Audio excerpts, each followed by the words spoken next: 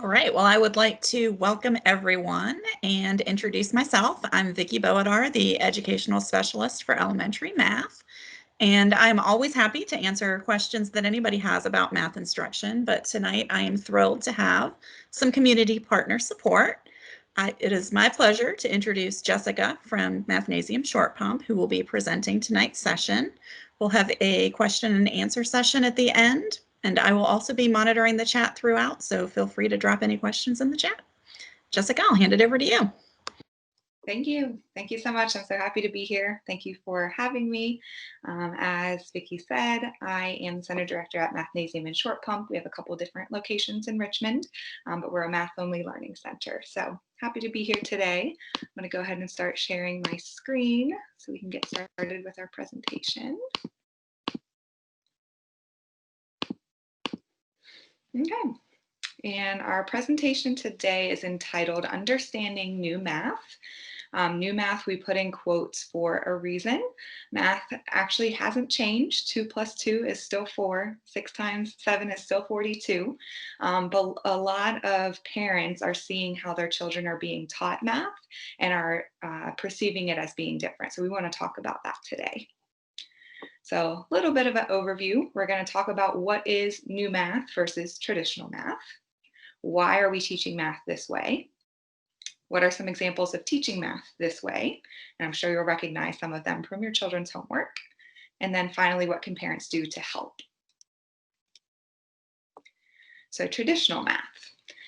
When we think of this, a lot of parents in Henrico County, in our area, there's obviously the generational gap, and there's also a high level, maybe even parents who didn't learn math in Virginia or in Henrico County, maybe not even in the United States. So it's just a different, by generation and culture, way of learning math. A lot of our students' parents right now learned a collection of rules and procedures to memorize, and that's what math was to them. Lots of drills, especially for basic facts, multiplication, addition, subtraction. A focus on getting the right answer, only one way to get the answer, and also a belief that only some students are good at math. And so we want to challenge some of those thinkings today. So one reason that you're seeing a difference in how students are being taught math is that our world is different. We're in the 21st century now. Business and industry demand workers who can solve real world problems, explain their thinking to others, identify and analyze trends and data, and use modern technology. And while you may not see a direct correlation between learning math and these things, there actually is. Students who are good at math have good number sense, good problem solving skills, and developing these through math is what's going to help students have these bullet pointed list of items that future workers are looking for in the 21st century world, which is why it's so important that we're teaching students this new way. Also, assessment is changing. So we've moved from can students follow a particular set of steps to get a right answer to how are students thinking about reasoning when they're applying what they know to a new situation. And this is directly related to math and how we're teaching math now. And these are assessments that you might be seeing already in elementary school. These are assessments that are going to help your students get into colleges, SATs. These are assessments we're seeing in competitions nationally and internationally. Again, a shift from just getting the right answer to how did you get there and can you apply what you know about this to a new situation to get another right answer or to problem solve. Then just want to talk a little bit again about memorizing versus understanding, which tends to be a difference between traditional and new math, and some research behind it. So students who memorize facts and procedures without understanding often are not sure when or how to use what they know, and such learning is often quite fragile. By fragile, we mean, and you probably have experienced this with any student who struggled with math, you know that they know this because you did it with them last week, but a week later they look at it like they've never seen it before. And that's likely because they're focusing on facts, procedures, memorizing what to do, but there's no context. They don't know, there's no understanding behind it. And so they can lose it quite quickly. Mathematics makes more sense and is easier to remember and to apply when students connect new knowledge to existing knowledge in meaningful ways. Another reason why a lot of students struggle in math is if they fall behind at any certain point, there is a gap between what they're trying to be taught in school and where their knowledge exists, and they're unable, or it's really difficult to make those connections. Math is sequential. So if they're unable to make those connections and math just keeps moving forward, it just gets harder and harder because the students are stuck back with their gaps. So it's really important that we teach mathematics sequentially so they can make those new connections. And again, just to reiterate, the goal of mathematics should be to produce learners who are both mathematically competent and confident. This does not come from merely memorizing rules and procedures, but from understanding relationships and knowing that you can make sense of information and situations you encounter. And again, just to reiterate, how is the way we're teaching now different? Why is it new math? It's just a shift from memorizing procedures through those things like flashcards to doing a math in a way that makes sense to the learner, where their understanding and connections are there. So let's dive into some specifics of what you're seeing your children learn at school. So at a very fundamental level, even in kindergarten, a lot of students are working on some basic addition facts. So instead of, again, purely rote memorization, which is not transferable, we want to develop strategies. Doubles facts are something that kindergartners work on and typically are able to master in kindergarten, first grade. And so we want to use what they know to help them with other facts. So if they know 3 + 3 is 6, then they're going to be able to, and if they have the number sense to understand 4 is 1 more than 3, then they'll be able to understand that I know my doubles fact. I can add 1 to that answer to get 7. Another strategy for sums and differences greater than 10 is using 10. Making 10, thinking in tens are very important for students to master in the early stages of learning math because our system of math is base 10 for place value. So an example here, if we're doing 8 + 4, we want to make 10 and then add the other 2. So by taking 2 from the 4, we've made our 10. Students are, if they're familiar with tens, they can understand 10 and 2 is 12. And that is a great strategy for learning those facts. And I will say we still do have the ultimate goal, and we're going to get to this a little later, of students knowing their facts quickly. We just want it to be meaningful and not straight memorization, but they have an understanding and a strategy before they get to that fluency or efficiency. That's actually what this is about. So we're developing concepts, understanding what the operations are, what they mean, more, less, then developing the efficient thinking strategies, like the one we just talked about, making 10, that promote number sense. Then we practice to gain that fluency. So again, meaningful memorization, not rote memorization. Another example is in place value. So if a student sees this number, do they know what it means? Are they able to break it down into words and into place values and the value of each digit? Okay, so now we have some double digits. So how would we add these numbers in our head? Some students and some adults, anyone who's used to more of procedures and algorithms may want to line them up, do it on paper. 8 + 6 is 14, carry the 1, add it together. A more number sense way of doing this, or a strategy that students who have number sense can do in their head, is add the 20s together. They understand that that number is not 2, it's 20. 20 + 20 is 40. They know 8 + 6 is 14. And to add 40 + 14, we can break it down. 40 + 10 + 4. And then they can easily get to the answer of 54. And then they can transfer that into hundreds, into thousands. If they can think in tens and through tens and multiples of tens, that's a transferable skill. Versus if they've just memorized 7 + 8 is 15, that's not transferable. It's one fact. And that's what we're trying to move away from. Then, of course, they get to multiplication facts. Again, instead of just pure rote memorization, let's give it meaning. So let's build on what they know. Well, they already know their doubles facts from kindergarten and first grade. So if we're multiplying by 4, we can use that. We can double our 7, and then, multiply by 2 or double it again. And then we can have our answer 14, and 14 is 28. Again, we need to have the number sense of being able to add double digit numbers in our head as a prerequisite. But these are the number sense strategies that they're learning. And I wanted to share a video that was a great explanation of double digit multiplication and how we want our students to learn through a couple of different methods. I was actually a fourth grade teacher in Goochland County, and a huge pain point for parents was when we got to multiple digit multiplication because we were teaching it in so many different ways. I had so many questions of why can we not teach them just the algorithm that I know? I'm trying to just teach them that at home and they're getting confused because they're learning so many different ways. So let me share this with you.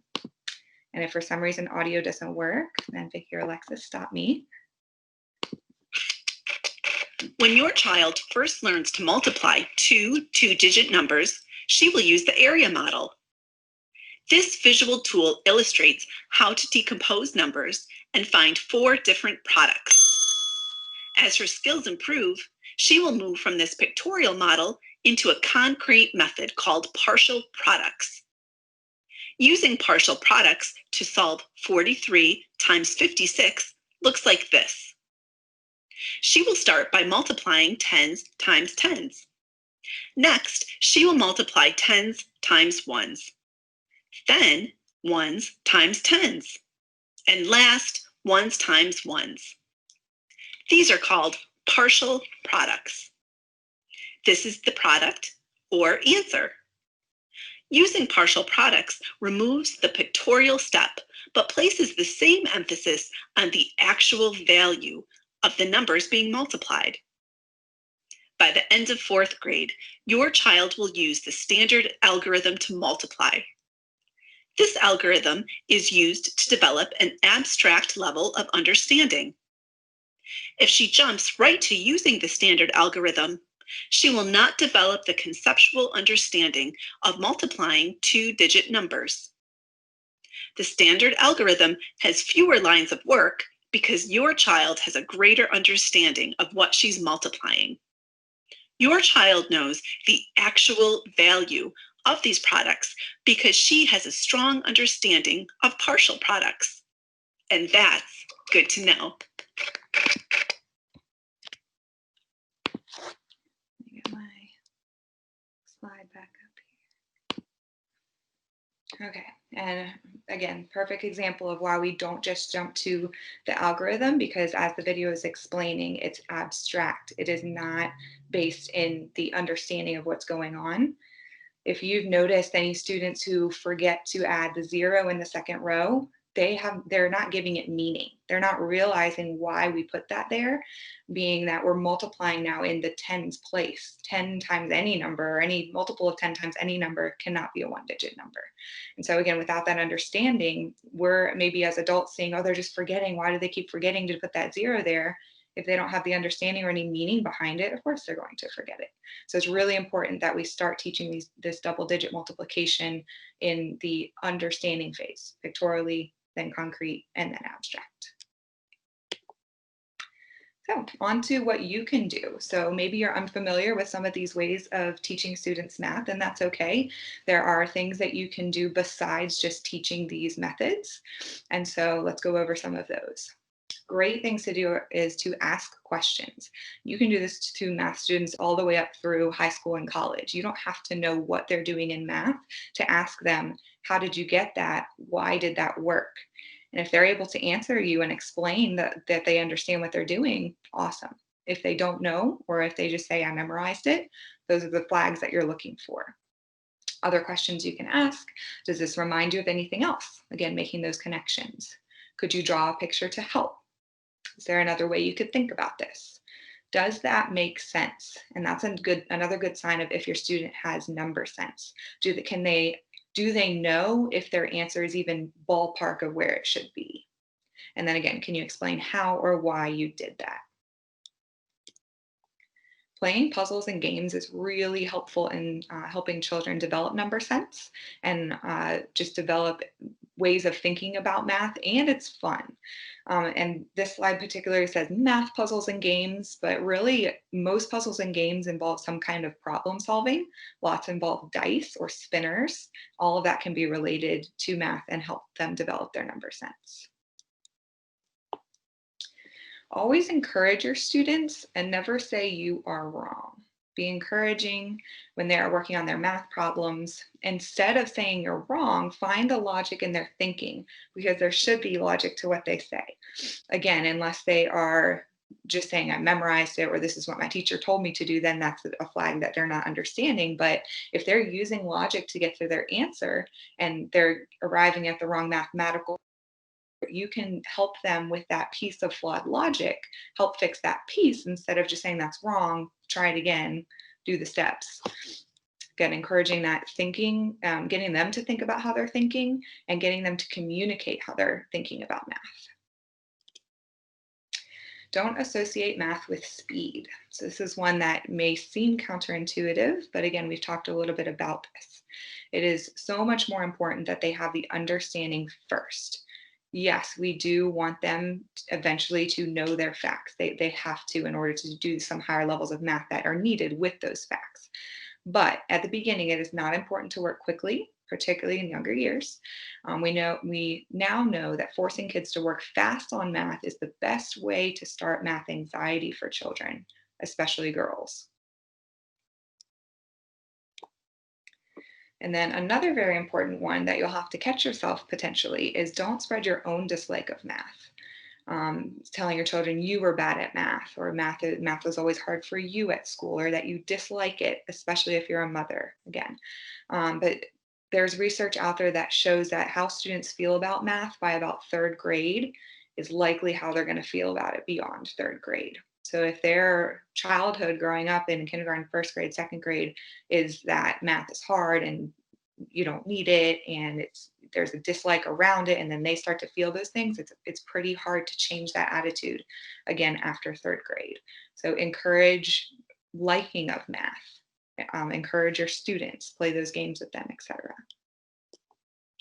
And then of course encourage the number sense, and you can find lots of resources. I'm sure that Vicki can provide some as well, but online too. If you're not familiar with some of the strategies that we went over today, you can look for those again in other places. But what separates high and low achievers in the primary school is number sense, which is again having an idea of the size of numbers, being able to separate and put together numbers flexibly. There's lots of different definitions of number sense, but essentially it's how well do the students really understand numbers and math and be able to manipulate them mentally. There's some examples on the screen that we talked about today. And then always encourage the growth mindset. So maybe most importantly, you want to encourage the idea that ability and smartness change as you work and learn more. Just because you don't know something now doesn't mean you're never going to get it. And then just wanted to let everybody know Mathnasium can help too. That's why we're here. So Mathnasium, again, is a math-only learning center.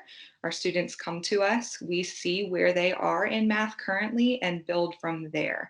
Again, that's how they're going to be able to make the connection, is by filling in any gaps that we can find. We work on building the number sense every single day. So they're working on those mental math strategies, those number sense strategies, all the strategies that we discussed today in the presentation. And then we are constantly assessing to keep up with where they are and again, help them progress forward. And just as a recap, parents, schools, outside resources as well, we all have to work together to make sure our students are competent and confident mathematical thinkers so they can succeed in tomorrow's world, and we owe our children nothing less.